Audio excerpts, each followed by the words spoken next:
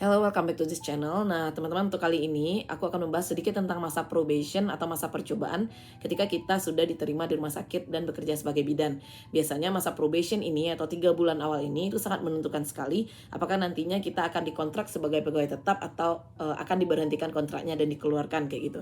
Jadi sangat penting sekali bagi teman-teman untuk memahami apa sih yang harus dilakukan supaya masa probation ini berjalan dengan sukses dan teman-teman dapat diangkat menjadi pegawai yang lebih permanen.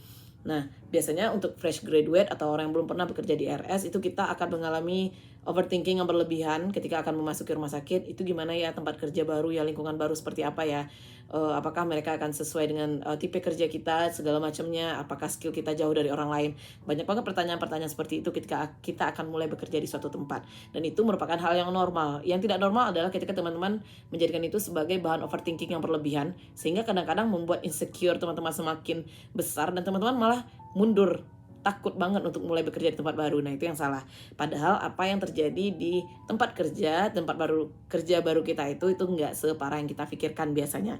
Bisa jadi kondisinya memang lebih parah, tapi itu juga tergantung bagaimana kita membawakan diri kita di rumah sakit tersebut sebagai pekerja. Nah, apa sih yang harus dilakukan gitu ya? Yang pertama itu, yang harus teman-teman lakukan di hari pertama adalah mencoba untuk menampilkan impresi yang baik atau kesan yang baik terhadap rekan kerja yang baru ditemui. Jadi ketika perkenalan pertama itu usahakan untuk menunjukkan sikap ramah, menunjukkan sikap yang bersahabat dengan orang lain. Tidak perlu berpura-pura untuk menjadi sangat-sangat ramah tamah sekali, yang notabene berbeda sekali dengan kepribadian itu juga nggak perlu. Tapi yang penting itu bersikap atentif atau perhatian terhadap apa yang dibicarakan orang, kemudian juga senyum gitu ya, menampilkan kesan-kesan yang baik lah terhadap lawan bicara. Karena orang-orang akan menilai kita dari first impression kita. Kalau first impression kita kurang bagus, biasanya di masa awal-awal probation itu akan berlangsung sangat sulit gitu. Jadi upayakan untuk menampilkan kesan yang baik dulu di awal-awal itu. Kenali semua orang, kalau bisa hafal namanya dengan baik, karena orang akan lebih mengenal dan menyukai kita ketika kita dapat menghafal nama mereka dengan baik. Itu artinya kita atentif gitu ya. Kemudian juga kenali lingkungan kerja kita. Biasanya kita akan dibawa berkeliling oleh kepala ruangan di ruangan-ruangan yang ada. Mereka akan memperkenalkan ruangan, semua staff. Kemudian juga mereka akan memperkenalkan fungsi dari alat-alat yang mungkin gak kita tahu gitu ya, yang ada di ruangan tersebut. Dan itu semua merupakan bagian dari probation atau masa percobaan tersebut. Nah, sayangnya memori kepala kita kan gak bisa nangkep semuanya nih. Jadi ketika dijelaskan itu kadang-kadang perlu untuk pengulangan beberapa kali baru kita bisa paham dengan apa yang dibicarakan, kemudian juga mengerti di mana letak ini, kemudian di mana ruangan ini. Itu kita kan nggak mungkin hafal, apalagi rumah sakitnya itu ruangannya lumayan besar gitu kan, ruangannya lumayan besar dan ada banyak sekali bagian-bagiannya gitu, dan impossible kita bisa hafal dalam sedikit waktu. Dan yang harus teman-teman pahami adalah kita nggak harus hafal semuanya dalam waktu singkat. Kesalahan aku dulu itu, aku merasa aku harus secepatnya hafal semuanya gitu ya, padahal nggak juga. Ketika kita nggak tahu, kita ya tinggal bertanya, karena itu kan masih masuk masa probation gitu. Tapi sebaik mungkin memang kita dapat menghafalnya dengan lebih cepat ya. Tapi nggak mesti juga dalam 1 minggu ini aku harus hafal, nggak gitu juga. Karena fungsi kemudian juga denah dan segala macamnya itu nggak bisa secara cepat juga kita serap dalam waktu yang singkat gitu.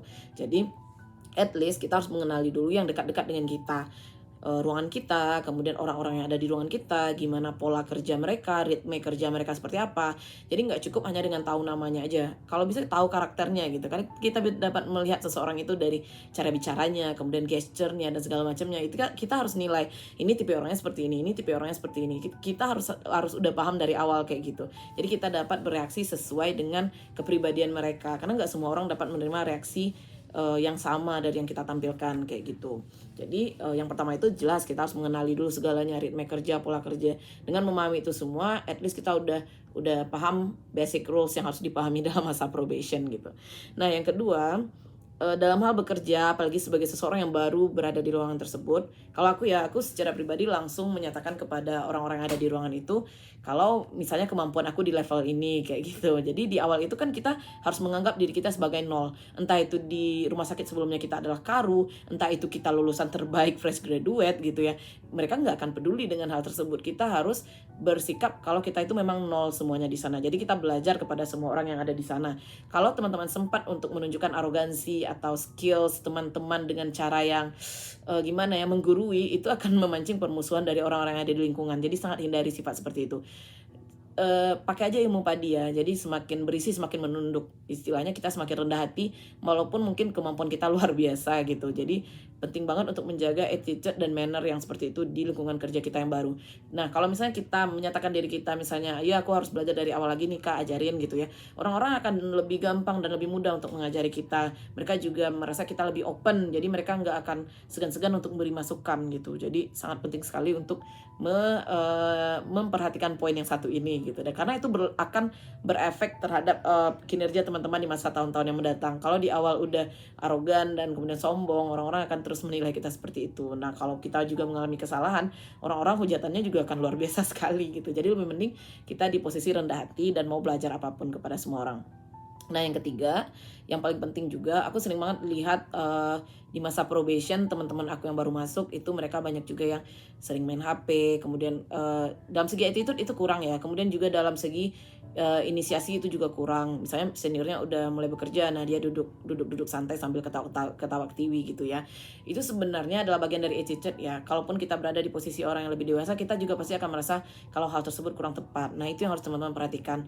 Teman-teman harus proaktif dalam bekerja. Jadi awal-awal kita bekerja itu upayakan kalau kita itu yang lebih giat dibandingkan orang yang ada di sana. Karena itu akan memancing orang-orang untuk dapat melihat kita sebagai seseorang yang lebih yang lebih proaktif dan dapat diajak bekerja sama kayak gitu. Jadi bawakan dirinya sebagai seseorang yang proaktif. Misalnya orang lagi ngelipat kasa ya kita ikutan. Kalaupun ruangan kita terlihat kotor ya kita angsur untuk bersihkan dulu. Itu untuk menciptakan impresi yang selanjutnya juga terhadap orang-orang yang bekerja di lingkungan yang sama dengan kita. Jadi penting banget untuk menerapkan sikap proaktif di dalam bekerja. Nah, yang keempat itu adalah ketahanan, perseverance kita dan rasa sabar kita. Sebaik apapun kita bekerja, kemudian juga sebaik apapun kita coba beradaptasi, kita itu berada dalam lingkungan yang stressful. Teman-teman harus menyadari hal tersebut. Lingkungan yang stressful karena memang tekanan dari situasi ya, misalnya ada pasien gawat darurat, kemudian ada pasien yang harus dilakukan tindakan segera, pasien yang near miss atau nyaris meninggal, itu kan kondisinya sangat-sangat penuh dengan tekanan. Pada saat seperti itu mungkin aja teman rekan kerja kita, dokter yang berjaga di tempat kita, itu mereka akan secara tidak sengaja mungkin akan meneriaki kita atau berkata sedikit lebih keras. Nah, nggak usah baper dengan hal tersebut, tahan, karena memang itu bagian dari situasional atau situationship yang ada di lingkungan kerja kita. Jadi bukan sesuatu yang sifatnya disengaja oleh orang lain. Yang itu poin yang mungkin banyak sekali yang dirasakan oleh banyak teman-teman kita. Mereka sering merasa kalau di sana itu mungkin seniornya terlalu keras atau tipe kerjanya terlalu keras, padahal memang kita yang bekerja di kesehatan itu kadang-kadang memang kita out of control pada situasi-situasi tertentu. Nah, hal-hal seperti itu jangan dimasukin ke hati dan ditahan aja kayak gitu. Karena sifatnya di sini itu kita nggak melakukannya dengan sengaja seperti yang aku bilang tadi. Nah, kalau misalnya teman-teman merasa sangat mengganjal sekali, bisa teman-teman sampaikan gitu.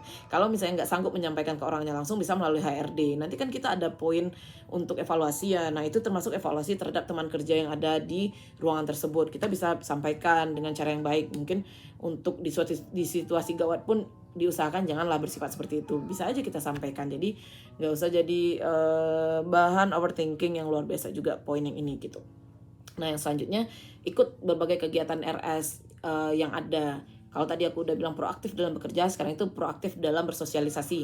Jadi untuk lebih dapat diterima, untuk lebih dapat bekerja sama dengan orang lain, tentu kita harus menjalin bonding ya. Untuk menjalin bonding itu memang kita harus mendekatkan diri terlebih dahulu, karena ini sifatnya kita yang minority bukan mayority gitu. Jadi sebagai minority kita yang harus lebih mendekatkan diri kepada orang-orang yang ada di sana dengan bersikap open, dengan bersifat proaktif, mendekati diri kepada orang tersebut, kita akan menjalin lingkungan yang lebih baik. Dengan menjalin lingkungan yang lebih baik, otomatis juga kinerja kita akan lebih baik karena kita bisa berkolaborasi dengan orang yang ada di sekitar kita gitu. Nah, masa probation ini yang harus teman-teman tahu, teman-teman akan dinilai oleh banyak orang sekali. Pertama itu adalah rekan kerja akan dipanggil HRD untuk memberikan masukan terhadap kita. Kemudian kepala ruangan kita juga akan memberi masukan. Kemudian juga orang-orang dengan unit lainnya yang terkait dengan kita. Apakah kita dapat bekerja sama atau enggak gitu.